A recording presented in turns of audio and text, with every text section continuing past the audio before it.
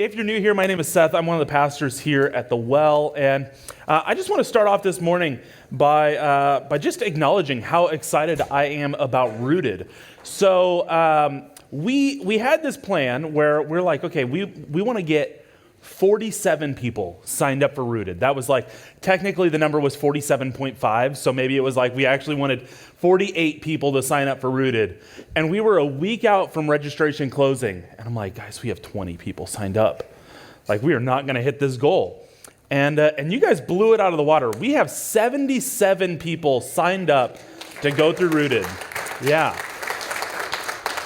So we're just excited to see as God takes these 77 people through these next 10 weeks together. We're excited to see what's going to happen and how lives are going to change, because we know that when people seek God, that God shows up. So now, if you have been with us for maybe any point this year, then there's a pretty good chance that you know we've been going through a series in the book of Mark.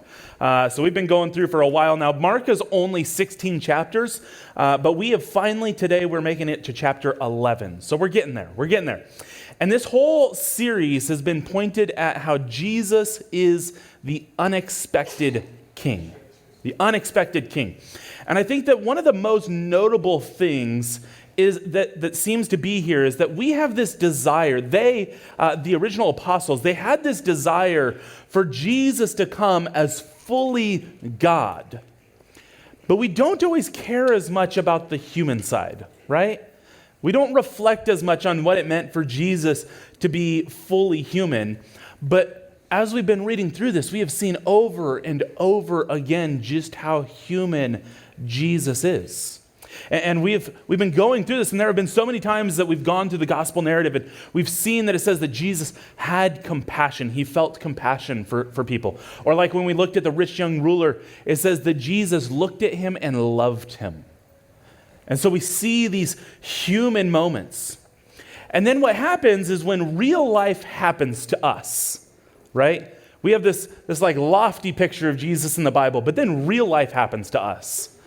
And we think like, yeah, I'm going to look and it's going to be like Seth looked and he loved him. And Seth looked and I was like, how dare you? Right? Right? That's how we are in real life. And when we get caught up in these tense moments and we get angry in these moments, we often look and we feel like we have failed in some sort of way. And here's the reality. Sometimes we did. Sometimes we failed. But what if I told you that sometimes these moments are not failures? Right? Jesus didn't get angry often, but that doesn't mean that he never got angry.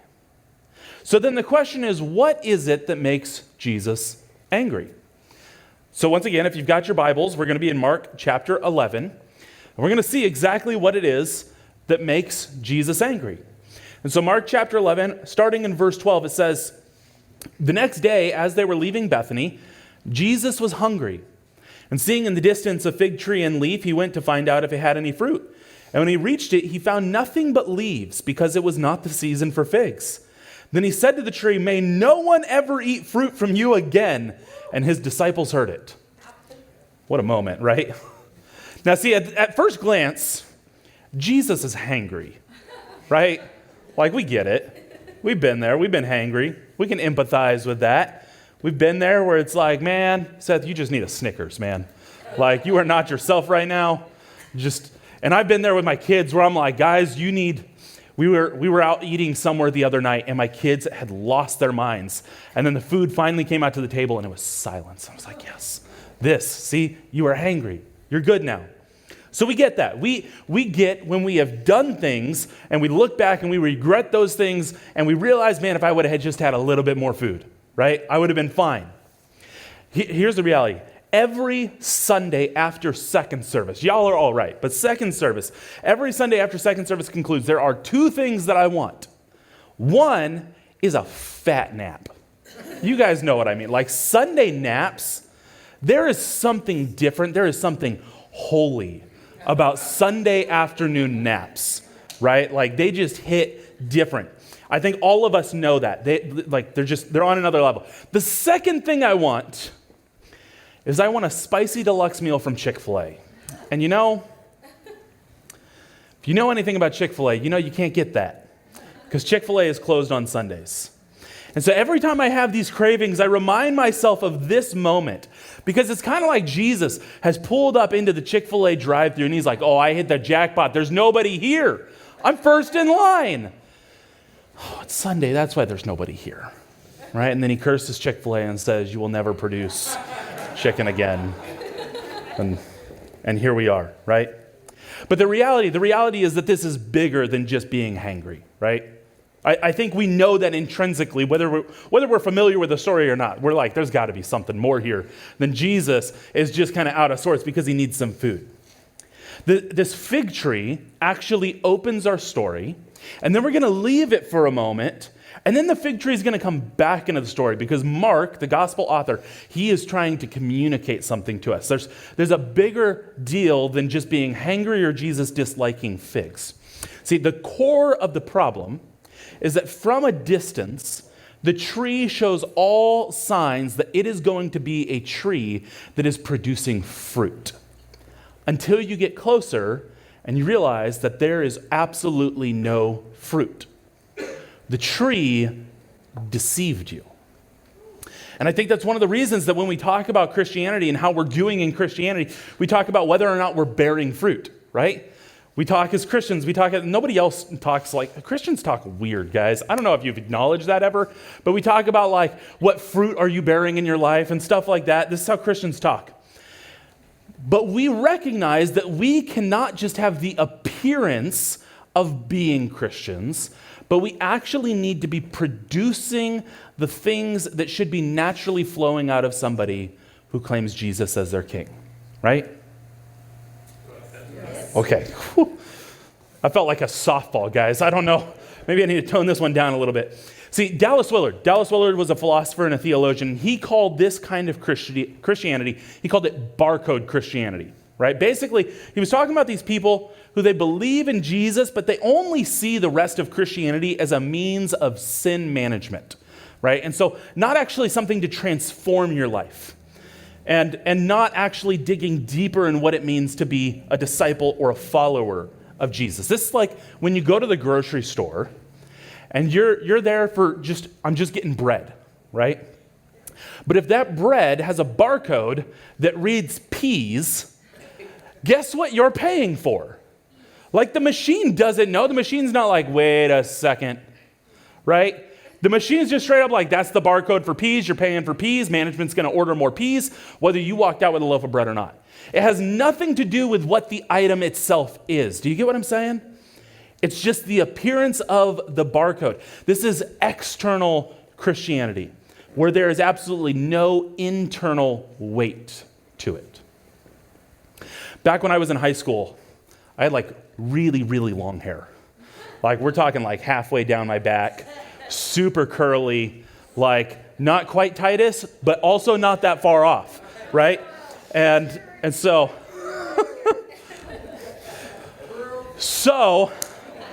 add my mom on Facebook. You'll find it somewhere. So while I'm in high school, I had this really, really long hair, and people would ask me, they're like, dude, how do you get your hair to look so nice? I'm like, nothing. I don't even comb it. I just wake up looking this good. Still do.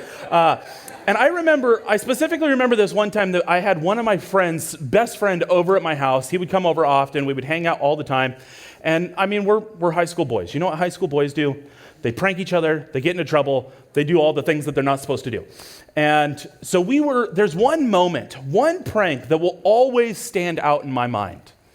Because there was this moment that he had been almost like stalking me like prey down the hallway in my parents' house. And it's like this moment, where you're going to scare somebody and you're walking up behind them and you're like kind of creeping. Your hands start to hover over the shoulders. You take that silent breath in so you can finally jump out and scare them, right? And I remember this because that moment finally happened where he screams and he grasps my shoulders. And the crazy thing is that I did not turn around nor scream. In fact, my mom did, because it wasn't me. Because from behind those luscious long locks that I had and my girlish figure had fooled him into thinking that this was Seth when it was in fact my mom. And so it always stands out because I'm like, dude, you just like pranked my mom. What's wrong with you? But see, sometimes our Christianity is like that, right? Where it's like, if you view me from just the right angle, you're going to believe that I'm a Christian.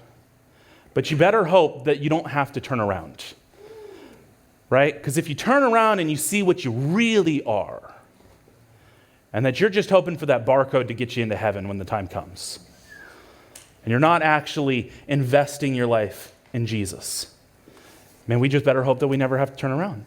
What we're ultimately talking about is the importance of your life actually producing the things that the Spirit creates in believers that he is working with. We call this the fruit of the Spirit, right? This is love, joy, peace, patience, kindness, goodness, faithfulness, gentleness, self-control. And so the question is this. Here's the question. When people come to you because they're in need of that fruit, of the fruit of the Spirit, what do they actually get? What do they actually get from you? When they come to you needing love, joy, peace, patience, etc., is that what they find, or do they find that you are not actually invested in Jesus that maybe you let on?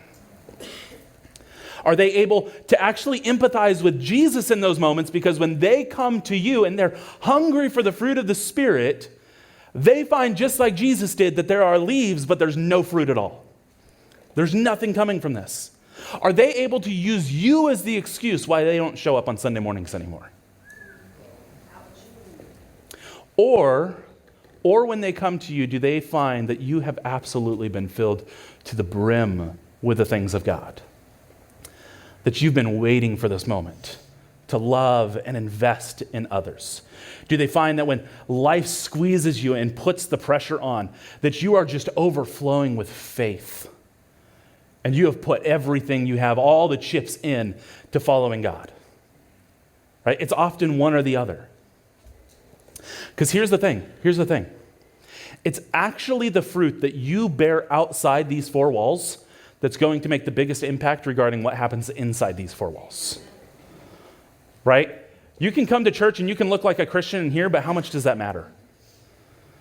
How much does that matter? Right? It's actually what you do out in the rest of the world that's going to impact what actually happens and what actually matters in here on Sundays. So then we keep going. We keep going in the story. Mark 11:15. On reaching Jerusalem, Jesus entered the temple courts and began driving out those who were buying and selling there. He overturned the tables of the money changers and the benches of those selling doves and would not allow anyone to carry merchandise through the temple courts. And he taught them and he said, "Is it not written, my house will be called a house of prayer for all nations? But you've made it a den of robbers." And the chief priests and the teachers of the law heard this and began looking for a way to kill him, for they feared him, because the whole crowd was amazed at his teaching. Man, Jesus is on a roll today, right? He comes up to this fig tree and he's like, "You're going to die." Walks up to the temple and he's like, "I'm flipping these tables over." This is just, Jesus has unlocked something. There's a ton going on here. Jesus finally gets to Jerusalem and he goes into the temple and he starts flipping these tables. And John gives us an incredible insight into this moment, because John actually tells us that as Jesus entered the temple, he fashioned a whip. Like, this is not the Jesus that we think of anywhere else in the story. Jesus is getting ready to go in the temple that he has been in plenty of times, mind you. He's done this before. He's seen this thing. This is nothing new. And this time, imagine what's going through the apostles' heads when they're like, "Jesus, what you making over there? What's going on here? You just told this fig tree to die, and now it looks like you're not done," right? There's a lot going on here.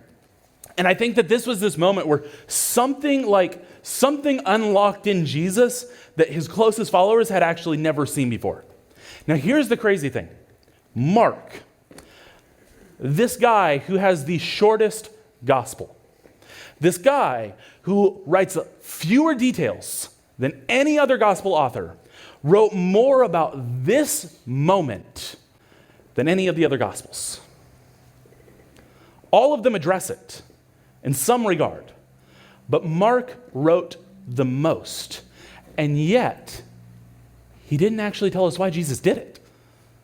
Right? Like, what in the world, Mark? He's like, man, you guys would not believe it. Jesus went in there, he's flipping tables and everything. And then we go to the next story, and it's like, what? What are you doing, Mark? Right? He puts in there that Jesus, he comes in, he flips tables, and he teaches that you guys have made this house a den of robbers. But what does that even mean? Right? But we're given a really important hint. There's one group of people that's singled out. We're specifically told about Jesus going after those who sold doves. So here's what's going on here. Look at Leviticus chapter 5, verse 7. Anyone who cannot afford a lamb is to bring two what? Two doves or two pigeons to Yahweh as a penalty for their sin, one for a sin offering, one for a burnt offering. So the reality is that the current state of the temple is set up in a way so that the money changers in there, they had found a way to put more money in their pockets. But they're doing this by going after the people who are already the most marginalized. Like, imagine there's two ways that this happens. Either you show up to the temple and you're like, hey, I'm poor, I can't afford a lamb at home, I need to buy a dove, right? And you go in there, you buy a dove. And here's the crazy thing. It's the money changers, which means that everything that's happening is also getting taxed to the Romans. So you're also paying into the pockets of those who are oppressing you outside the temple. Or here's the other option. You go to the market outside the temple and you buy the dove with that little bit of money that you have. And you go into the temple and they tell you, this one's kind of blemished. I have one I can sell you though. For what, 10 times the price? Right? This is what Jesus sees when he's going in. These are the people who are being impacted when Jesus is going in. The people who are seeking a moment to be able to have access to God once again, to atone for sin so that they can have access to God. Those are the people being oppressed. You know, I've heard people say when they're talking about this passage, like, this is why we can't sell coffee in church and why fireworks fundraisers send everybody to hell. Not looking at anybody, right? But that, honestly, that is a gross misreading of this text. Jesus wasn't mad that money was being exchanged in the temple. Jesus was mad that the people who he came to save were being oppressed. And not just oppressed, but they were being oppressed by the people in his house. It's like if the church was known for being the most oppressive organization in the world. That's what we're talking about here. Jesus was mad for this reason. You know who needed to sacrifice a dove because of poverty? Luke 2:22. When the time came for the purification rites required by the law of Moses, Joseph and Mary took him to Jerusalem to present him to the Lord, as it is written in the law of the Lord. Every firstborn male is to be consecrated to the Lord and to offer sacrifice in keeping with what is said in the law of the Lord, a pair of doves or two young pigeons. So who's poor? Oh, Jesus' mom is poor. Jesus is poor. Jesus' family is poor. And suddenly this is very, very real, right? Like, this isn't an abstract idea of oppression. This is, you see this every single time you go to the temple. You see your mom struggling with funds, struggling to get back right with God. And then you see the temple oppressing her as she gets there. This is mom, right? This is like when you're at the movies, right? And I like, you're out watching Spider-Man or something, and they go after Aunt May, and you're like, no, you don't go after Aunt May, right? Like, Aunt May is off limits. I can tell you so many people to go after. Aunt May is off limits. Why? This sucks us into the movies. They know what they're doing when they make the movies this way. This is how they get you emotionally invested. Why? Why? Because we know Aunt May.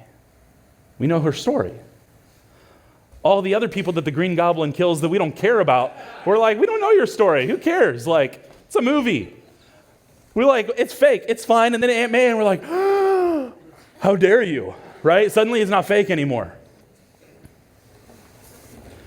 The answer is proximity. We care about the Aunt Mays. But it's not just that we care about them and not the others. We care about them because proximity. We know their story. It's harder to care about people you don't know. We care about Mary getting oppressed because we know her story. Jesus, do you know who Jesus hung out with?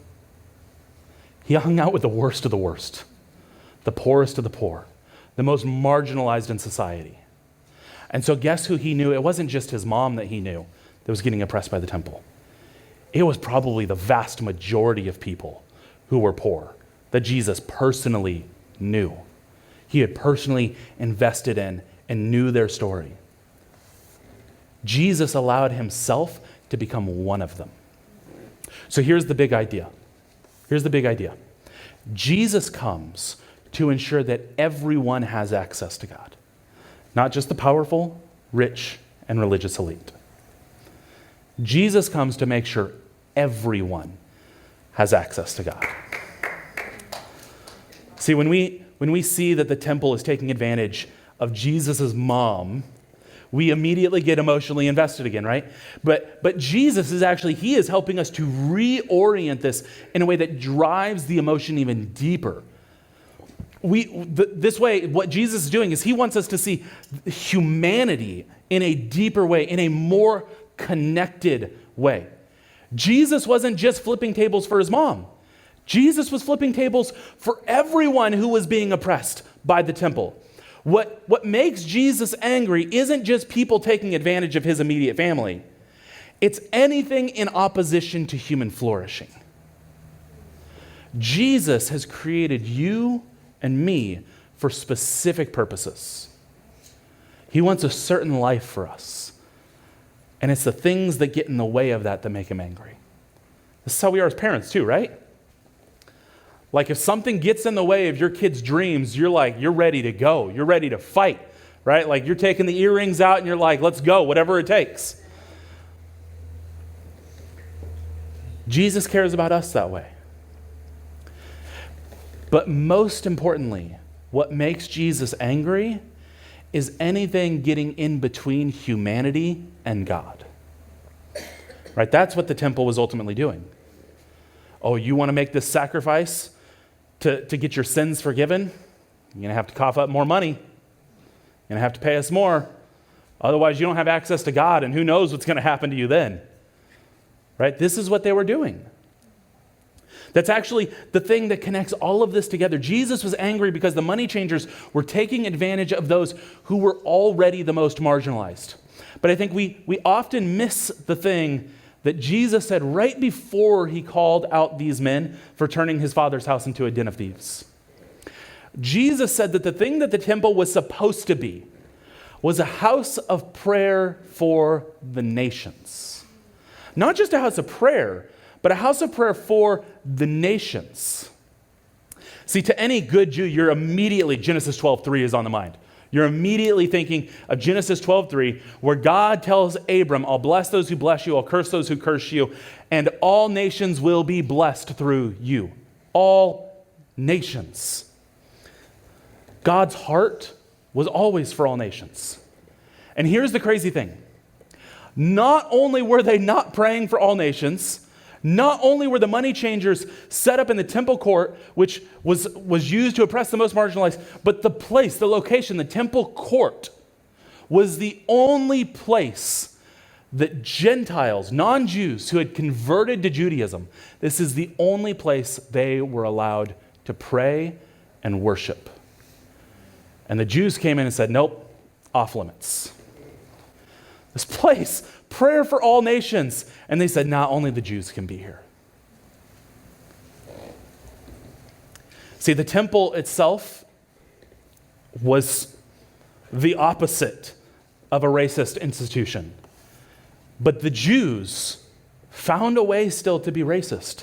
And to say that only if you're like us, only if you're born in the same place of us, do the same things as us. And you know what? Even if you converted, sorry, you're the wrong race. You can't worship here. This place of prayer for all nations. That's what it was turned into. So when we say that Jesus has come to ensure that everyone has access to God, we're saying that he came to bring access to the ones that you kind of hope don't have access. He's after all nations. He was never just for the Jews. He's never just been for America. He's never just been for the well. Jesus' vision is so much bigger, so much more robust than we can even handle. The whole point of Jesus calling the singular man Abram was so that all nations could be brought in to share God's blessing. The whole point of the temple was so that it could be this house of prayer for the fulfillment of that calling, so that all nations could share in God's blessing. That's the thing that his people are called to. See, I was here when Remedy Youth had their glow night, and they had blacked out this entire place. I mean, I almost didn't want to see some of the ways that they blacked out this place. Like literally, they had stuff that they threw up over the roof to make sure no light could get in there. Like everything they could do to make this, like if they could get zero light, that's what they were after, right? Totally blacked this place out. And then they played this game called Sardines, right? Now, if you haven't played Sardines, what you do is, as the lights are out, one person goes and hides. They go and they hide in the dark somewhere, and then Kevin would then let people out, and they would go try to find the single person who's hiding in the dark.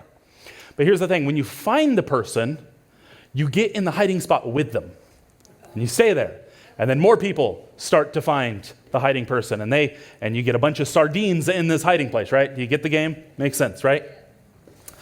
Our problem is that we treat church like a game of sardines, right? Like we'll just hide in our little bubble here, and we'll hope that people will come and find us, and we'll grow, but we're just going to hide in our bubble here. We just got our little bubble of people that we like, people that we're okay with. Maybe one or two of you we don't like, but the rest of you we like, right? But the reality is we weren't called to play sardines. If we're going to play any game, we were called Christian, nope, I'm getting the name wrong. Carmen Imes. Carmen Imes, she wrote a book about what it means to be made in the image of God. And she talks about the whole thing as a game of blob tag. See, this is a different kind of game where you have one person who's it, like tag, right? And you go out and you tag somebody else, and now you're both it. You don't get to stop being it. Nobody gets to stop being it. Now there's two people who are it, and they go out and they tag people. Now there's four people who are it, right? And the goal is to go until everybody is it. This is what the temple was supposed to be. This is what God called us to. Not to play sardines, to play blob tag, to go and to get as many people to be it as we can. And as we gather as a church, these Sundays, what we're doing here is these are moments to be praying for the nations, praying all over for the people who are it, and that they would find more people to tag, and that more people would be brought in, and that Jesus would be revealed to more people, and more homes, and more communities, and more families. And then we depart for the week, and we get to spend 6 whole days playing blob tag. What a life, guys. Right? Like this is what we do. But do you know why we like to play sardines instead of blob tag? Because of faith. And so a lot of times it's because we don't have it. See, look at the end of this. In Mark 11:19, it says, "When evening came, Jesus and his disciples went out of the city. And in the morning as they were along, they saw the fig tree, and it was withered from the roots. And Peter remembered and said to Jesus, 'Rabbi, look, the fig tree you cursed is withered.' 'Have faith in God,' Jesus answered. 'Truly I tell you, if anyone says to this mountain, go, throw yourself into the sea, and does not doubt in their heart, but believes that what they say will happen, it will be done for them. And therefore I tell you, whatever you ask for in prayer, believe that you have received it and it will be yours. And when you stand praying, if you hold anything against anyone, forgive them, so that your Father in heaven may forgive you your sins.'"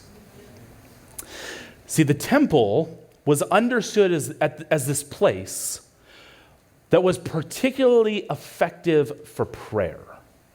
if you wanted your prayers to be heard, if you were like extra like, God, I need you to step in a big way, guess where you're going to pray? The temple. But the temple wasn't doing its job anymore. And Jesus knew that it was time for that entity to die. The fig tree was symbolic of this. See, fig trees are really unique because fig trees will actually start to grow their fruit and then the leaves, right? Most trees will grow the leaves and then you start to see the fruit budding and growing. Fig trees are the reverse. You get the fruit and then the leaves. So when Jesus, even though it wasn't the season for figs, it said it wasn't the season for figs and Jesus still got angry. But he saw the leaves. He saw the sign. You don't have leaves without fruit. The fruit comes first. When looking at the temple, Jesus saw that it was beautiful. It visually depicted everything that you could want the temple of the living God to depict. Except that it, like the fig tree, bore no fruit. Jesus' curse towards the fig tree wasn't just to kill the fig tree, it was to accelerate what was already true. If the tree wasn't bearing the fruit, it was already dying. It had no purpose. The temple was already dying. They had left their purpose behind. Jesus was just accelerating what was already true. Now we have two options with what we want to do with this passage. We can either look around and we can point the finger at all the churches that we think may be in the same state. Or we can heed Jesus' call to prayer and press in deeper. See, I grew up learning everything that was wrong with every church that wasn't ours, right? Like we would look around, we're like, man, there are a lot of people wrong out there. There's like 12 of us that got it right and everybody else is wrong. It's wild, right? And so we would learn what was wrong with all these other churches, all these other denominations. I took classes to learn everything wrong with every denomination that wasn't ours. And I spent all of my time learning how to point the finger. But over time, Jesus met me. And Jesus worked in my heart. And I was able to see the beauty of what he's already been a part of in so many different places. With people I don't agree with. I'm like, your theology is wrong. And you are reaching so many more people for Jesus than me. How do you do that? Right? Like, what a wild concept of how Jesus is able to work. And so I shifted from pointing the finger and having only a single sermon in my repertoire, which was just to teach everybody that the world's going to hell in a handbasket, to now praying for the world, praying for the nations, and being incredibly optimistic about the saving power of Jesus. But do you know what it takes to be incredibly optimistic about the saving work of Jesus? It takes a crazy amount of faith. Right? Like when you watch the news, can you smile because you're like, Jesus is in this. Just wait and see. Jesus is in this. Right? When you drive to the west side of 99, can you smile and be like, Jesus is doing something here. Jesus is working here. Right? That takes a lot of faith.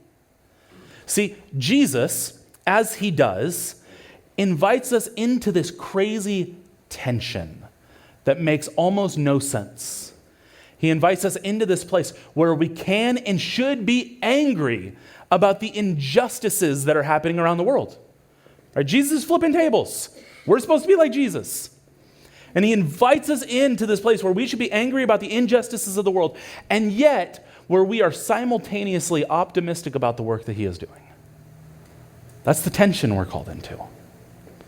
To be angry about the things that are wrong, and to be optimistic that, man, Jesus is doing something here. Jesus is working here. Like, what if the next time that you encountered that political issue, I thought about bringing some up, but I won't. You're welcome. But the next time you encounter that political issue that always seems to cause your blood to boil, you prayed for God to redeem that to himself. And then you asked him for the faith to sit confidently in the knowledge that he will redeem all things to himself. That's what Colossians teaches us. May I remind you again that the big picture behind this whole thing is Jesus' desire for everyone to have access to God. Everyone. So who is it who's outside of that everyone in your imagination, but not God's? Right? We like to think, I've got everyone in my imagination. Until real life happens. Until we get in those circumstances. Until we get on the road. And then all of a sudden we're angry. We're angry for the wrong reasons. And we talk about those people. And, we want everyone except, and we wouldn't say it out loud. But Jesus has this really sneaky way of revealing what's actually in our hearts. See, if we're honest with ourselves, we read ourselves into this story as table flipping Jesus. We see Jesus flipping tables and we're like, oh yeah, let's go. I know some tables that need to be flipped, Jesus. But that's not who we are. That's not where we are in the story. See, some of us are the money changers. We're the ones preventing people from having access to God. Some of us are the guy in the story who wasn't even mentioned, who's walking in with his lamb, ready to go make a sacrifice, looking over the oppressed and saying, well, I got my lamb, so not my problem. Those are the people we are in the story. So who needs to be included in your everyone? How much more faith do you need to include them? What would it take in your life for you to partner with the global church to be participants in a house of prayer for all nations?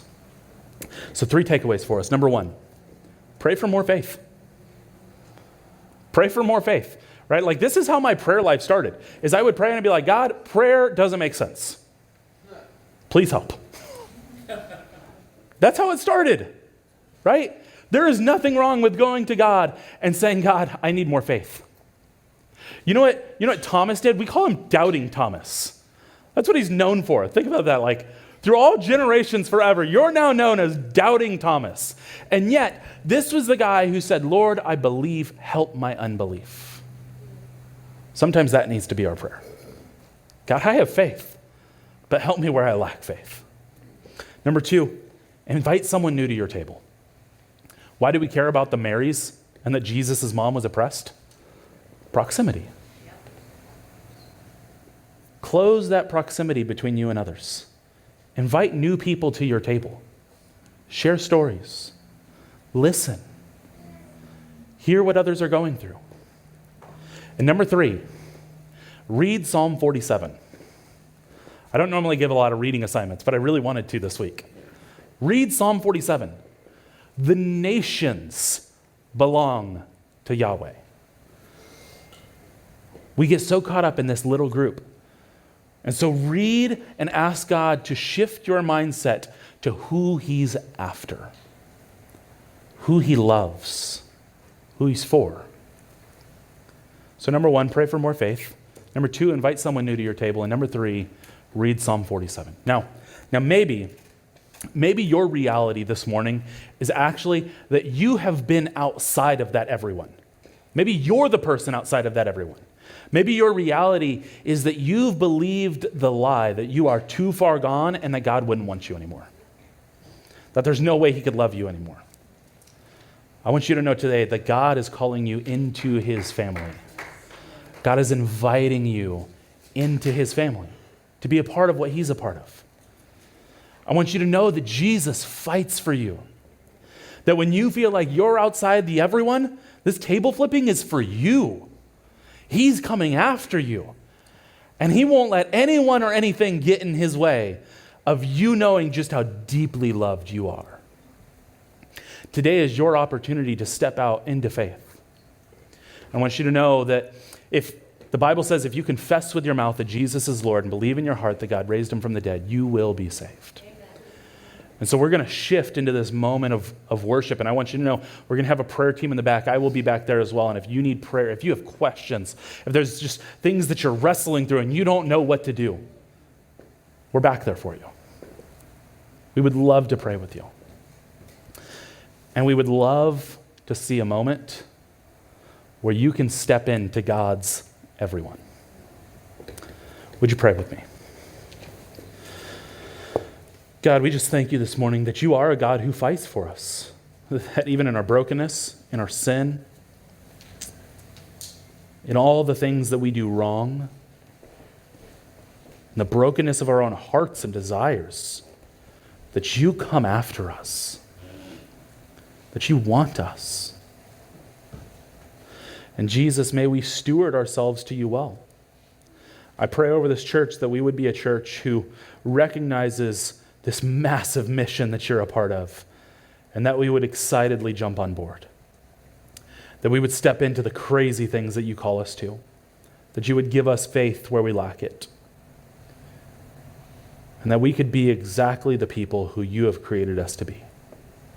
Jesus, we thank you, we love you, and we lay ourselves at your feet. It's in your perfect name that we pray. Amen.